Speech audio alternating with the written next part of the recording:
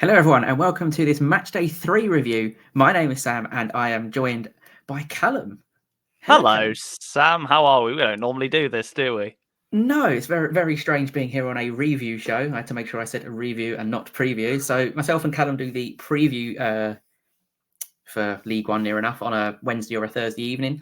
But Jamie and Seb are away this week, so you've got myself and Callum doing the review show as well. So busy weekend, lots of action, lots of goals, and starting off a game which had a player who's doing his own goal of the season competition in Louis Barry, scoring another worldie in a 2-0 Stockport win, Callum. Yeah, slightly embarrassing for, I think, all of us, really, who I don't think really... I mean, we knew Stockport were cooking, but that they weren't they weren't splashing the cash. They weren't doing a Birmingham, as I think we'll come to call it. And they must have secretly signed the next League One Messi in Louis Barry, and just like honestly, the whole team just seems to be clicking, and they're just quietly going about it. I mean, you see their fans obviously giving it the big blah blah blah, but they're doing surprisingly very.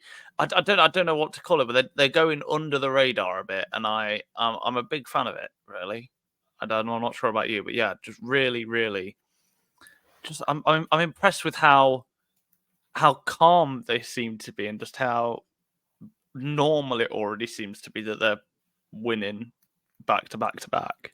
Yeah, well, I've gone on record on in the preview shows and on our X account, which is currently scrolling along the bottom if you want to follow it.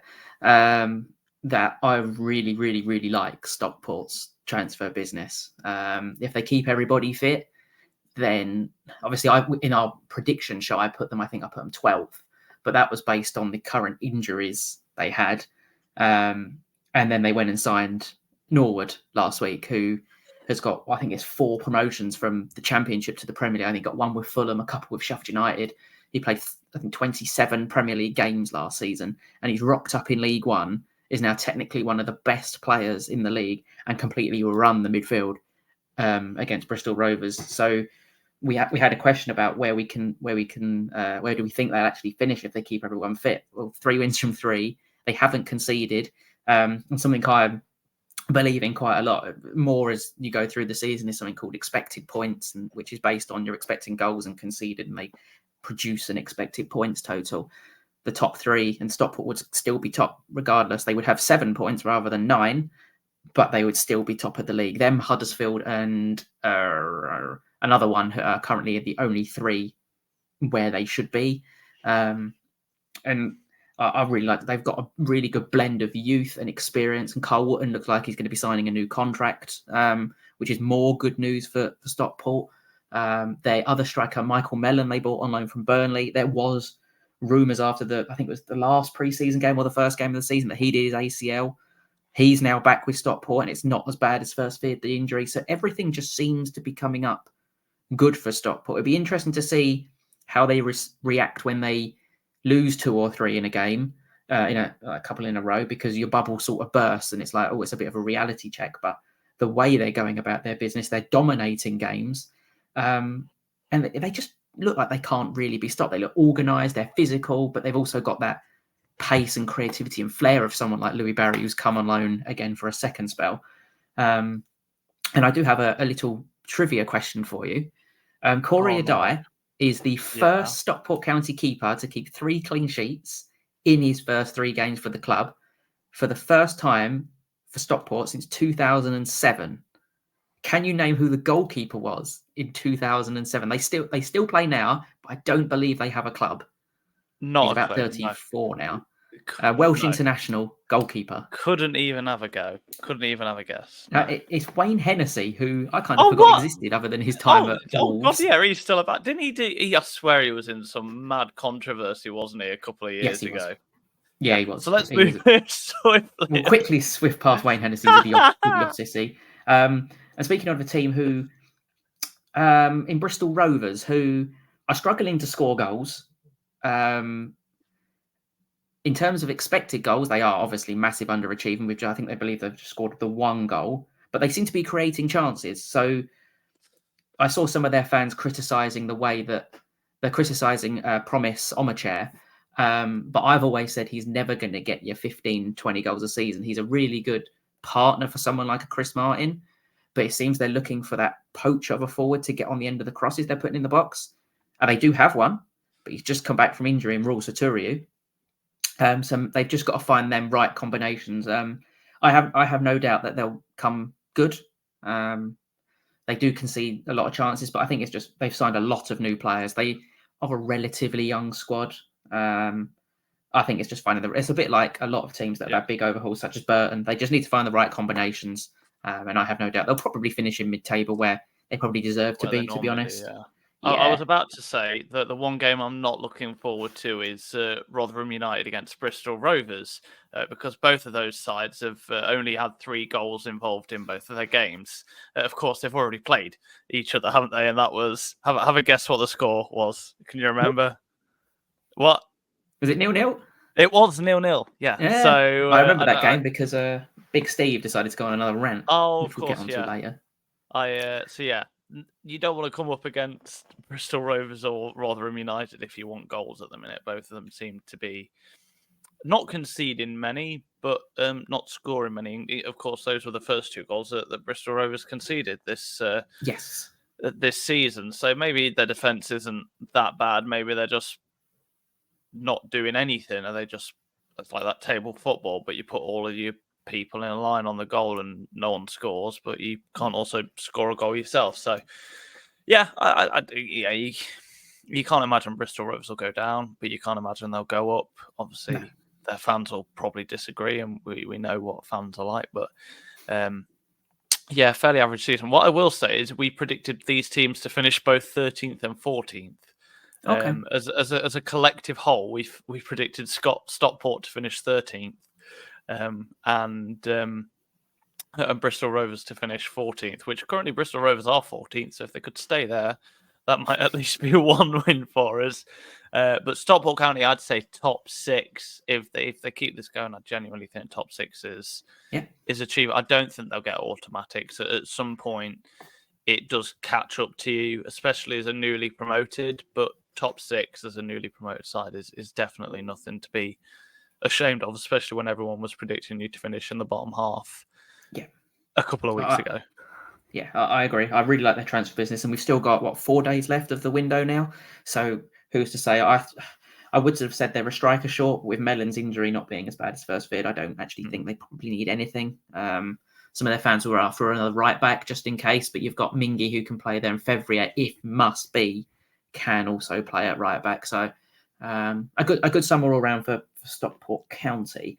So moving on to a team that I think has gone really under the radar, and I don't see anyone talking about them. It's Huddersfield Town. 3 wins from 3. It was a hard-fought victory against the Shrewsbury Town side, who are always going to be well organised under Paul Hurst, but it's the same old story with Shrewsbury. Can they find that little bit of creativity and a finish at the end of it, which they haven't done?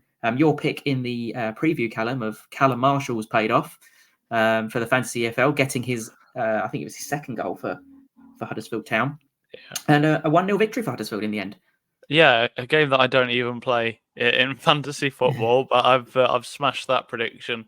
Although, to be fair, I think anyone could have predicted that. It wasn't as... I don't want to say it's one-sided. Obviously, I've only seen the highlights because, restrictions and whatnot. But not as one-sided, it looks like, in terms of the scoreline, at least, that many would have predicted. But like I said with Huddersfield Town, it's about just grinding out results. That's all League One is. It's a grind, and it looks like... I mean, Birmingham, we were all a bit on panic stations after the first game, and we'll get onto them, but they've made it 7 out of 9, which, isn't a bad return. But anyway, with Huddersfield Town, it's all about that grind, and they seem to have adopted that mindset straight away, that it's just about getting them 3 points regardless of how you do it. And I think that'll see them in good stead, really. I'm quite excited for them, even though one of their players should still be at Lincoln, but we don't talk about that. And if they dare take Joe Taylor as well, I will personally drive to Huddersfield and spray paint. I can't say that because that's inciting a criminal offence, but I won't be happy. I won't be happy with you, Huddersfield Town. Please please do not take. You've already taken my heart and soul in Lasse Sorensen. Do not take anything else I have in Joe Taylor as well. You will make an enemy in a lot of Lincoln City fans. I think Michael Duff's quickly turned. He hasn't made big overhauls to the squad as I expected. But then again, after the couple of seasons Huddersfield have had, you probably wouldn't expect Championship clubs to come after many of their players. But what they have bought is quality for League One and potentially the Championship, and people like Lasse Sorensen, Mikael Miller. I think defensively they're going to be one of the best teams in the league, not just because of the personnel they've got, but because they've got a very good manager in Michael Duff. Midfield-wise, they've got creativity in Anthony Evans. You've got the bite of someone like a Jonathan Hogg, who at 30, I think he must be about 40 by now. He's been around years. Is still one of the best midfielders in the league. And then you've got someone like Reece Healey, who was tipped to be one of the league's top scorers, coming off the bench as well. So I think a Joe Taylor is probably what Huddersfield need. Not that you want me to say that. They're scoring plenty of goals. It's five goals into that. Scoring plenty of goals for you. Shush, Lincoln have scored more, but that's because our centre backs have been smoking coca. We'll get on to that. But on Shrewsbury Town, obviously there's now only 2 teams without a point in the division, one being Orient and the other being Shrewsbury Town. Who are the other teams, Sam? Who was that first team? We don't speak about that.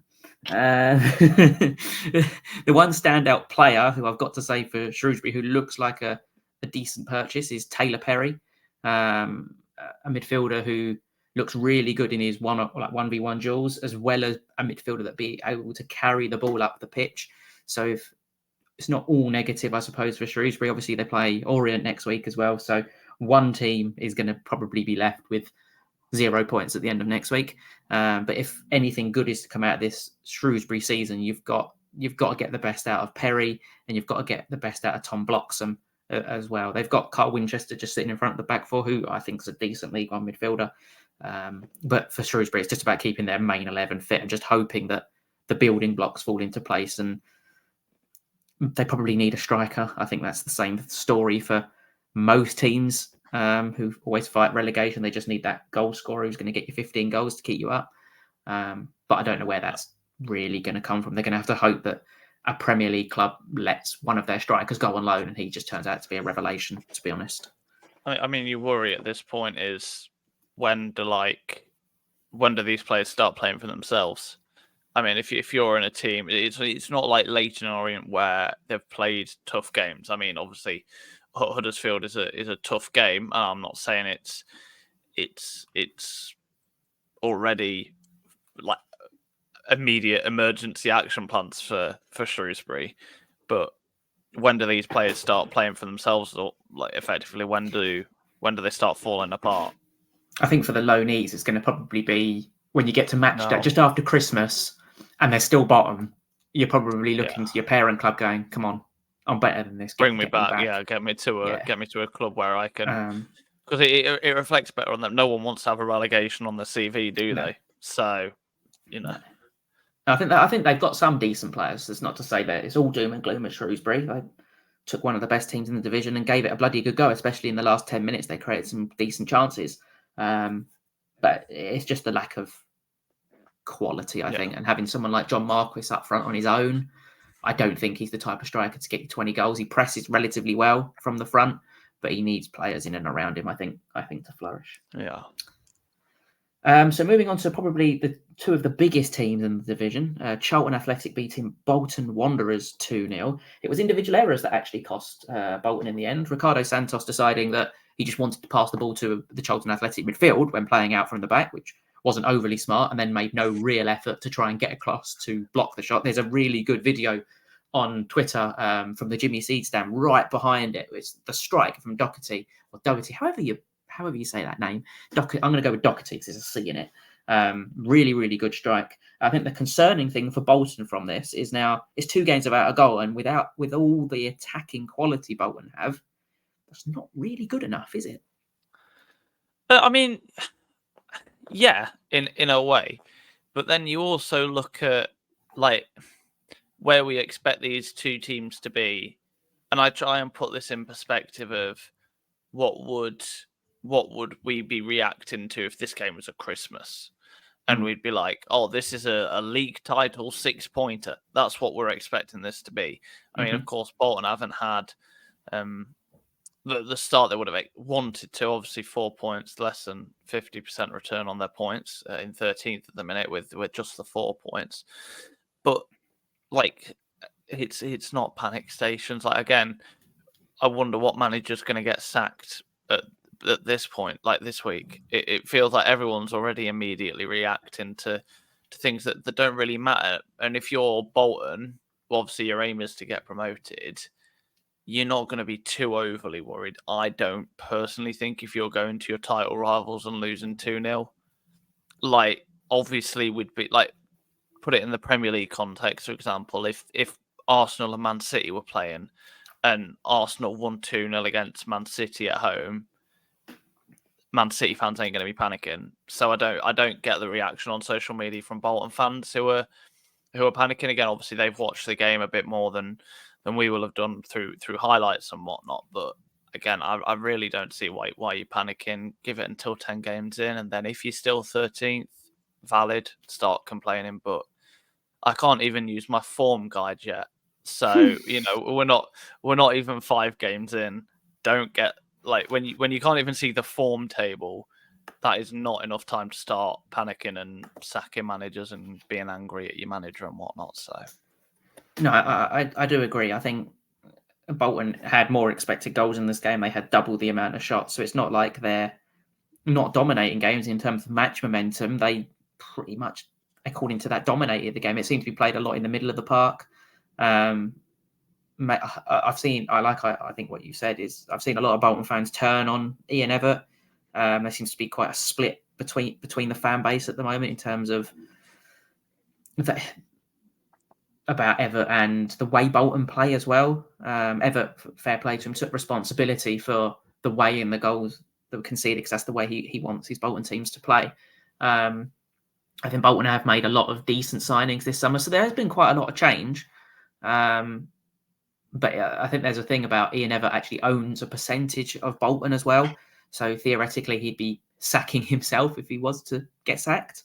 But like, look at it from a Bolton point of view, right? You've gone away first game of the season, which is never easy, and beaten Orient, which is never easy to do at Orient.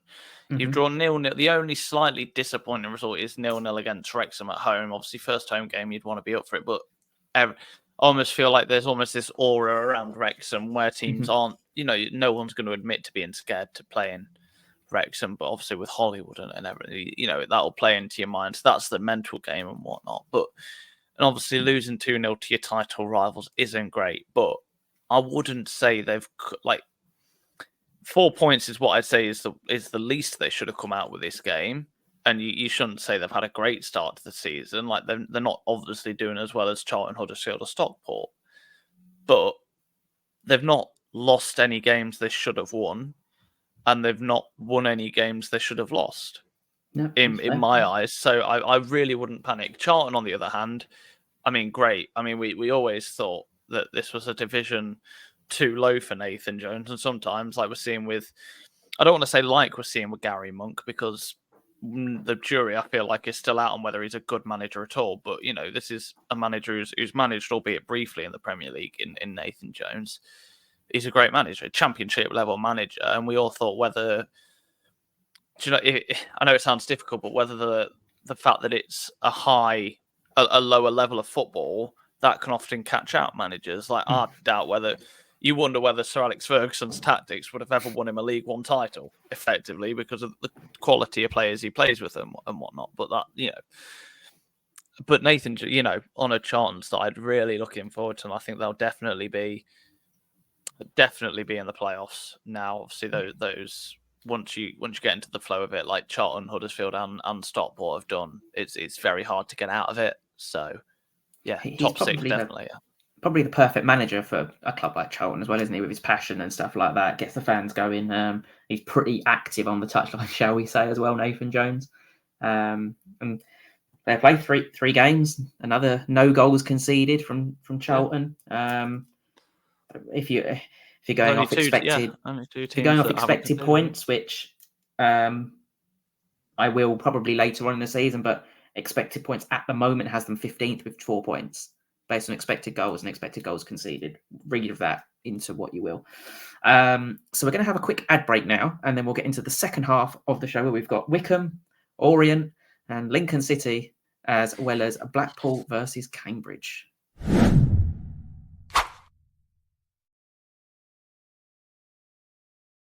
Okay, and welcome back to part 2. So we're going to kick part 2 off with good old our mate Steve Evans, a 2-0 defeat to Wycombe Wanderers. It's another game without a goal for Rotherham, who still haven't scored, funnily enough, in this division, but have one of the highest expected goals with 5.5, I believe it is. It's now no away win in 656 days for Rotherham United. The last time they won away was the 8th of November, 2022. And the question we got based on this game was, will Steve Evans last the season? I feel like it... I think I said this on the preview pod. The more I think of it now, the more I actually think back in time. It's a really weird appointment. He's a manager that's used to playing the underdog. Like we see it in the Premier League all the time. Like you'd never get like a Sam Allardyce type or I can't think of off the top of my head, but you'd never get those types of managers that like Sean Dyche. Never going to manage in Europe. I don't think. I don't know if he already has, but I can't see him managing in Europe again. I can't see him doing it because he doesn't play that type of football. He plays that defensive, make sure you just do the basics right type of football. And Steve Evans does that, and he did it to great effect with Stevenage last year. We saw obviously they were pushing playoffs for half of the year, for pretty much 3/4 of the year, and then they fell off, and that was great because no one expected Stevenage to do well. They all expected Stevenage to be a bit of a walkover side, I suppose, at the start of the season. Obviously, it didn't turn out that way. But when you look at Rotherham United, you expect them to be a powerhouse side. Already, if you look at where they expect to be, they're already 5 points off the playoffs. They're already 8 points off the automatic promotion. I mean, obviously, I don't want to say we have to put it in the context of Lincoln City, who can prove that you can be, 20 points behind or whatever at the halfway point of the season and still nearly get playoffs. So, it's doable, whatever, but 3 games in to already have an 8-point disadvantage on where your players and fans would expect to be is disappointing. Steve Evans, I think he's got to be very careful. I can't imagine him getting sacked, but I think if he doesn't win his next, even if he gets draws in his next 2 games, I think he's got to be very careful. We could be seeing him gone by the end of October. Yeah, I do agree with you, because if you go through his managerial career, obviously he started at the 2 spells at Boston, which was led with controversy that I'm not going to get into for reasons. He then obviously went to Crawley and did exceptionally well at Crawley, shall we say. Probably an underdog story with Crawley. Went to Rotherham, got promoted by the playoffs with Rotherham in a team you probably, I wouldn't say expected to get promoted. So you could argue he overachieved there. He then went to Leeds and failed. Went to Mansfield for a year and a half. I can't remember anything of note he did at Mansfield. He left Mansfield, went to Peterborough. You could argue he failed there because he didn't get him promoted. Went to Gillingham, did okay in his first season, and then near enough got them relegated. And then went to Stevenage, a complete underdog story with getting them promoted. And now he's gone for a second spell back at Rotherham and overhauled a team. And now there's that big dog story, I suppose, in League One in terms of their playing squad. And he's not... I know their expected goals is really, really good, but it's almost that, we're dominant, it's not my fault, blah, blah, blah. There's never any sort of blame on him. They're evidently doing something wrong. It's got to be a mindset in front of goal that's wrong. You don't have 5.5 expected goals and not score. That's pretty unheard of in the modern game. So it's got to be a mental issue.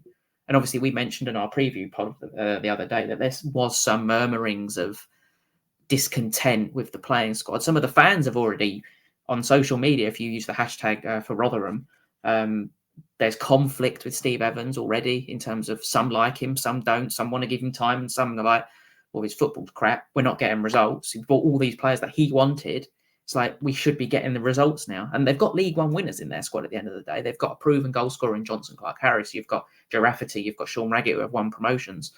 It's just not coming together and they did their business really early, which Steve Evans normally does. And it's just not kind of come together. I don't know if that's like in the second half of the season, if he's still there, it will happen. I personally think if after 10 games they have won 2 and are in the bottom half, he'd be gone. But if they're sort of 10 after 10 games, I reckon they'll keep him around just because of it's the Steve Evans name, if that makes sense, in League One and what he's done previously for the club. That's the only reason I can think if after 10 games they're lower mid-table, they keep him.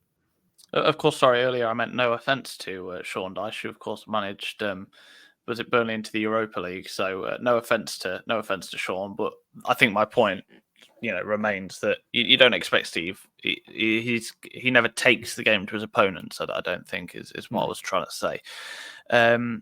But yeah, obviously it's one of them that I always feel like we focus on you don't focus on the negatives. You focus on the story, don't you? But we should always mention, Wycombe, who got their first three points of the season. It's not their first goals of the season at all. But they've been involved in 12 goals so far this season, which 12 goals in 3 games, it's not even the worst. Mansfield Town, I think, have got more goals in their games. But anyway, really, I don't want to say impressive by Wycombe Wanderers because it feels like anyone could probably beat a Rotherham United side at the moment, but good for them to get off the mark up to 16th in this stupidly early phase of the table. So it's not really much point in looking at it when it's so mixed at the moment. But good to see Wycombe off the mark as well. Yeah, some of their new signings, obviously playing Cameron Humphreys on loan from Ipswich as well, getting his debut goal. So I've watched Cameron Humphreys when he first broke through at Ipswich, and he's a pretty talented footballer. Obviously, they got Kadoa back for a sec. I believe he was there last season as well. They were slow starters last year, Wycombe, and they got to the Bristol Street Motors Trophy final as well as finished just outside the playoffs. So I'd expect them to start picking up slowly. Now everything's sort of coming together. So moving on to a game I don't particularly want to talk about, but I've been given a list and I have to talk about it, is Orient losing to Birmingham. Basically, to sum up the game, Birmingham showed a side to them that I didn't know they had, shall we say. I thought, other than the first 10 minutes, when our goalkeeper decided to, if you put Benny Hill over music, it probably sums it up, pass the ball to Keshi Anderson for him to score. I thought Orient were the better team, to be honest. Second half especially.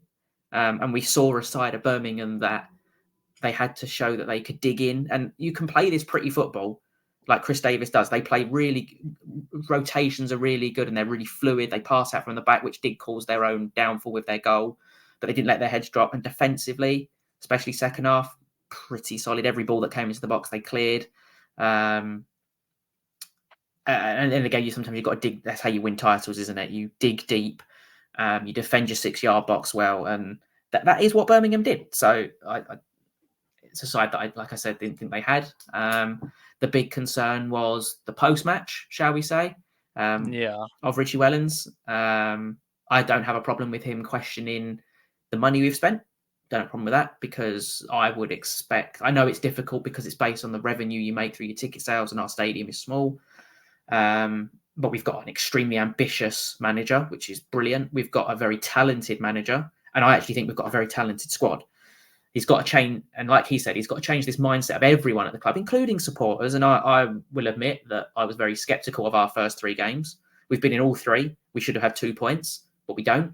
We've got to change this mindset of little old Leyton Orient. We're a League One club and we're based here on merit. There was obviously a question from the interviewer about the Blackpool job. He didn't categorically say, no, I don't want it. And I shared it with the group and it's like, that's like a come and get me plea, isn't it? He goes, well, I don't know how some of these championship managers have got jobs. And I've won 2 league titles with clubs who didn't necessarily deserve to be there, which is fair enough. He plays good football, but he did say that his job, he doesn't think he's done and he'll only leave when he thinks he's taken us as far as he can, which I hope isn't now. But if a club that you've played for before comes knocking, if they give him a phone call, I think he goes. He's going to answer it. He answers it, yes. Yeah. There was a rumour this morning, I can't remember who tweeted it, and that Charlie Adam was a front runner for the Blackpool job, the former Blackpool midfielder. What? I know. If you're going to pay compensation for a manager, you've just got 600 grand for your goalkeeper, roughly, rumoured fee. Just pay it. Wellens has just signed a new 3-year contract. It's probably going to cost about 200-300 grand to break that contract. Genuinely, it's hard to kind of say what I need to about it, but like when you look at, there's very few managers that are in League One that are linked with other League One jobs. Yeah, like Skabala isn't linked to taking over Rotherham, or wasn't linked with taking over Birmingham. Obviously, he signed that contract, which led to a lot of talk about what jobs he might have been linked with, but there was no real links. This is the first, off the top of my head, this is one of the first proper manager links I can remember this year, right? Yeah, and I think that, and they're there for a reason. Like, we always talk about rumours, and okay, a lot of the time it's just like, oh, wouldn't that be interesting? But this rumour's seemingly got a bit of substance to it. Yes. Yeah, and I think it helps that he's obviously played for them. I think that really helps, because especially with the emotion with the fans. I've looked at Blackpool's squad, and I really think that the players suit a Wellens team, being honest. We'll have to let the story.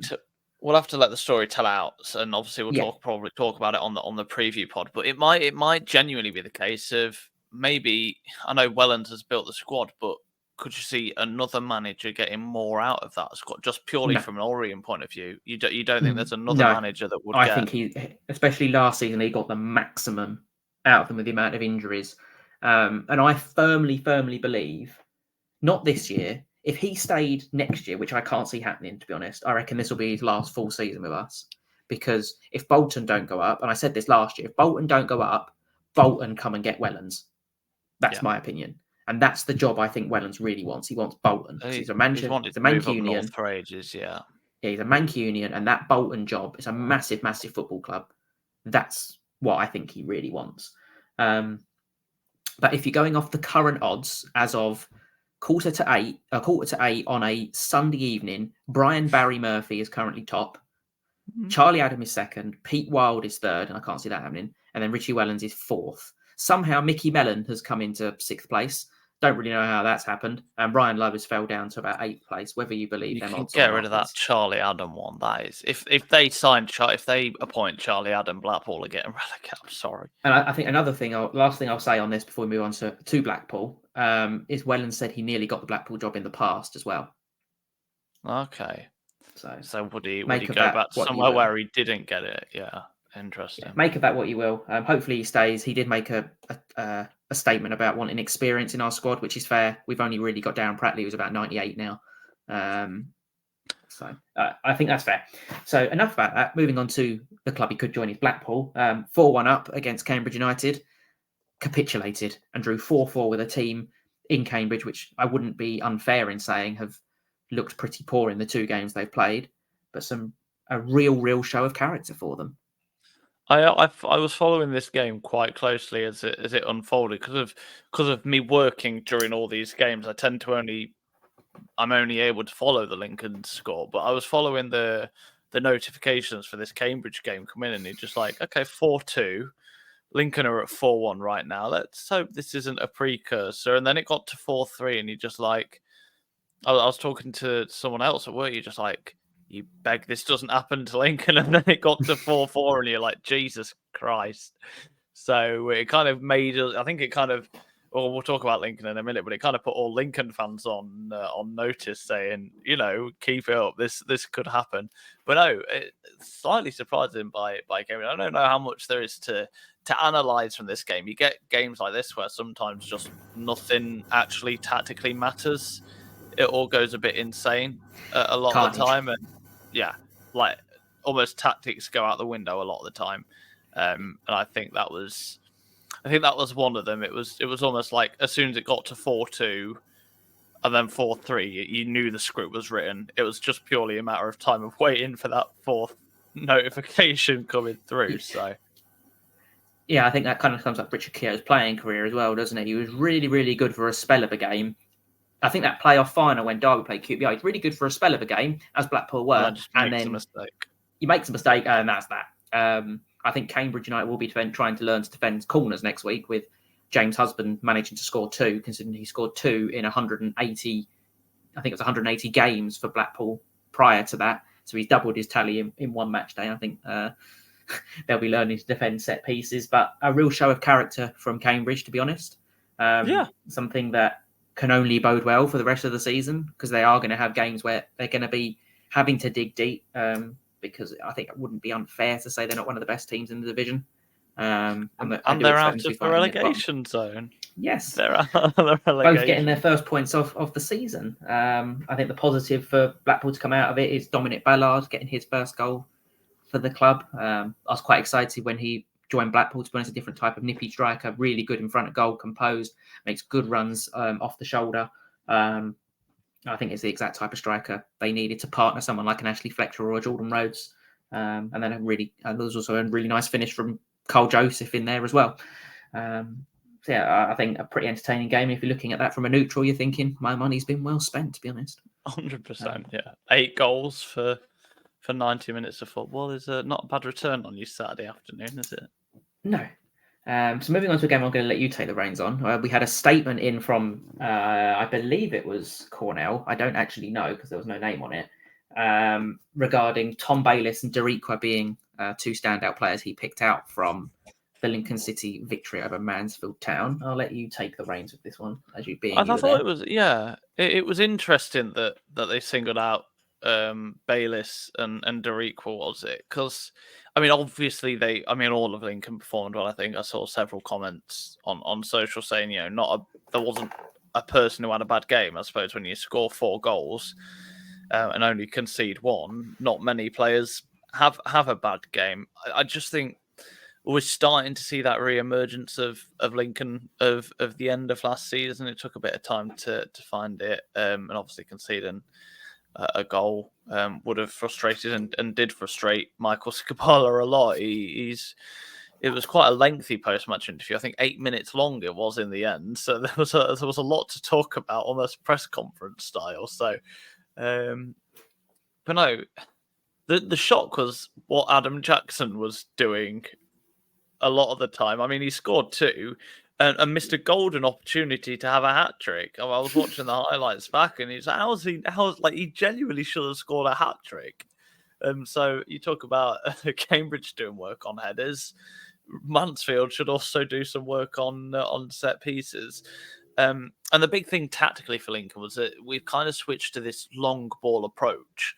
These diagonal long ball approaches from left or right wing back over to the opposite winger or whatever, in the hope that then the wing back who's just done the diagonal ball can then get into the box and do a tap in or whatever. It's very confusing, and I'm not a tactician. I'll let Michael Scapala deal with that. But that seems to be working now. That eventually seems to be working. The standout for me, it's either Sean Rowan or Adam Jackson. I mean, Sean Rowan has been a player that I used to get annoyed at because he always used to have a release fee on his contract in Football Manager, so it would always leave me straight away before I got any chance to use him in my saves. But he's a player that's got incredibly high potential. And Sean Rowan, he's kind of gone under the radar as one of Lincoln's. There's always been this focus on our other youngsters, but Sean Rowan for me he's been standout. And yeah, that free kick that he scored in the 47th minute. I don't know what you think about this, but it was quite heavily pointed out as well. Nigel Clough had already walked down. Well, he was in the tunnel mouth. He was in the mouth of the tunnel to go down for half time, and then Sean Rowan's just bent one into the top corner. I mean, the Mansfield keeper didn't cover himself in glory, but like it destroys the game, and then 2 goals in 6 minutes after half-time again. So, his half-time team talk would have been literally ripped up as he walked down the tunnel then. Well, yeah, and then it clearly had no effect because they conceded twice in 6 minutes afterwards. So, yeah, Nigel Clough had a bit of a, I don't want to say a mistake there, but there is still this feeling, like you say, that we're going into the final few days of the transfer window, that Lincoln need a couple of players. Mm-hmm. And it is that striker. You look, of course, Ben House has scored 2 goals and Jovan McCarmel was standout. But I'm not excited. I'm not excited to see a Ben House performance. I'm not excited to see a Jovan McCarmel performance. I'm excited to see like Joe Taylor. Everyone will talk about him, but he makes these chances for himself in League One. And I would love to see it. Yeah, you need that. I think you need that sort of little nippy, mobile on the shoulder type striker, don't you? If you play a lot of diagonal balls like you say you do and get crosses into the box across normally the 6-yard box when I came to watch you last year, you need a Joe Taylor, a poacher. You want that player that they can be worried about as well. Yeah. Like, I don't think the defence is worried about House or McCarmer. Because when you've got a Ben House, he likes to drop deep, doesn't he? Or a Rob Street, they're going to want to drop deep. You need someone to run in behind to try and stretch, because they're all doing the kind of the same thing. So everything's in front of the back four, or whoever, back five or whatever. You need someone different, I think, for Lincoln. Yeah. But a quick word on obviously Mansfield. they had that. They had that Eric Ring, but there's also a feeling they need a left wing back. But Mansfield in this game, I think they had 70% of possession, so they weren't exactly out of the game. They just didn't seem to create much with it, which was the confusing thing for them. But yeah, I've read somewhere that Keeler Dunn went off injured at some point as well, which could be big for Mansfield. It didn't look too bad. I think Clough said in his post match, I was listening to it, I think it was him anyway, that had been struggling with Achilles all week, but he might miss 1 week and then come back. Lies. Like that. It's all lies to keep potential suitors away from him. Probably Barnsley, who have just obviously lost Callum Stiles this week. So I reckon that's a load of rubbish, and there's a bit of interest there to try and get rid of them, because obviously if Mansfield are to be up this year, they're going to need Keeler Dunn fit and firing. I think that's fair to say. It might be a little bit of a reality check for them and a big back down to earth. Obviously they beat Barnsley, got a draw last time out, but the big concern is obviously they're conceding quite a lot of goals. So there was a lot of debate about whether this is a local derby, right? And obviously Lincoln being in the middle of nowhere doesn't really get local derbies. The closest we get, obviously, is normally Grimsby, but they're bad. Boston are bad. We've outgrown all of our traditional local rivals, at least in this current iteration. So the closest we tend to get is it's normally Barnsley or Peterborough, right? They tend to be the closest, or a Sheffield side if there's a Sheffield side in the division, right? But Mansfield is only for us like a 50-minute drive, which is basically in our back garden. So yes, this was a local derby. You sold out the whole away end. You cannot be claiming post-match that this wasn't a local derby. So I'm sorry if this pisses off Mansfield Town fans, but grow a pair of bollocks. Thank you. Sorry, it just annoyed me when I saw someone put on Twitter that this wasn't a local derby. I'm like, of course you're saying that. I get you've got local rivals in Derby and Nottingham and maybe even Burton, but to us this is a local derby, so shut it. So elsewhere in League One, got a bit triggered. I'm sorry. Elsewhere in League One, you had Wrexham continuing their unbeaten start with a pretty convincing 3-0 win over Reading. It's Reading's first defeat of the season. There was some rumours they might finally get a signing in Kem Campbell on loan from Wolves, who's obviously been at Charlton, to replace the outgoing Femi Aziz, which can only be a positive for Reading. Barnsley got a 2-2 draw with Northampton. There was a first senior goal for McGowan, I think it was, for Northampton. And Callum Morton, who's been pretty crap everywhere he has been, looks like a man reborn for Northampton Town. Obviously, a second spell back at Northampton for him. He looks a bit of a handful. Dale Clark's mentioned about his team needing to be, I think it was a bit nastier in terms of there's that soft edge to them. But still, I think there's some positives to take out of that. Barnsley scoring 2 goals is never a bad thing. Exeter lost at home to Peterborough United 2-1. I'm not overly sure. I think it was the second goal for Peterborough. The keeper didn't overly cover himself in much glory, considering it was straight down the neck of the goal. Wigan beat Crawley Town to get their first 3 points of the season. It's Crawley's first defeat back in League One. But what a day out for Crawley fans, really, after all the turmoil that's happened over the summer with not knowing what sort of transfer business they're going to get. Everyone predicted to finish bottom. Probably the smallest club in League One to go up to FA Cup winners. It's got to be a brilliant day out for them. And then probably the most boring tie of the weekend, and that was actually the game they put on Sky Sports Plus 5/12, was Burton 0, Stevenage 0. But for Burton Albion, that's got to be positive, mainly because of the amount of new signings and the amount of goals they have conceded so far. It incredibly interested me that ITV decided that this was one of the games to put a live commentator at. Like, I get that it was a 12:30, but out of all the games that you could choose to put a live commentator at, you chose the one game that ended 0-0. I mean, I guess it's licensing that means that the highlight show is shown at 12:30 at night. Shocking. And obviously match of the day being on and whatnot. But if you're going to put it on at 12:30 at night, just put it on at 8:30 in the morning. No one's gonna watch it. Do you know what I mean? I want to watch my team highlight. I want to see my team get them 2 minutes of fame, if that, on ITV's highlight show, and you barely mention it. So, but yeah, it's the one thing I've noticed. There didn't seem to be a lot of great goalkeeping this weekend. Obviously, you've had a few howlers at Orient. The goalkeeper at Mansfield didn't cover themselves in glory. So yeah, just not the best weekend for goalkeepers, and I will say it will be nice to see George Wickens keep a clean sheet because he's not done that in his opening 3 games. So, but anyway, yeah, we'll have to wait and see. Obviously, all could change this week, and I imagine a lot will change. And I'll be googling a lot of new names and new transfers to see how that goes this week. Now, the final question I'm going to ask you then: one position you want Lincoln City to get in the next 4 days. Oh, I don't need to give you a position. Oh, it's a striker. It's Joe Taylor, isn't it? I could give you a name. Joe Taylor. It would be Joseph Taylor. If I had to be for us, it's a left back. There's ours. We need a left back. If you want to be brutal, we probably need a winger as well, a right winger. So we probably need 2. I would get Joe Taylor and then send Freddie Draper on loan to, I don't know, probably Cambridge United or someone that needs a goal. He's already done his loan at League Two level. So yeah, give him a League One loan. I won't be too worried about him. Yeah, but anyway.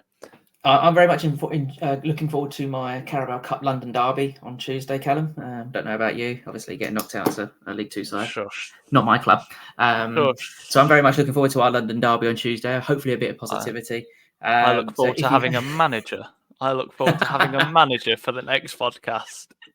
So if you have enjoyed the review podcast, let us know your thoughts in the comments if you're watching on YouTube, or give us a rating on a Spotify. Get involved following the X link at League One Lowdown on Twitter, and if you have, make sure you enjoy the rest of your day, whatever you're doing. It was a local derby.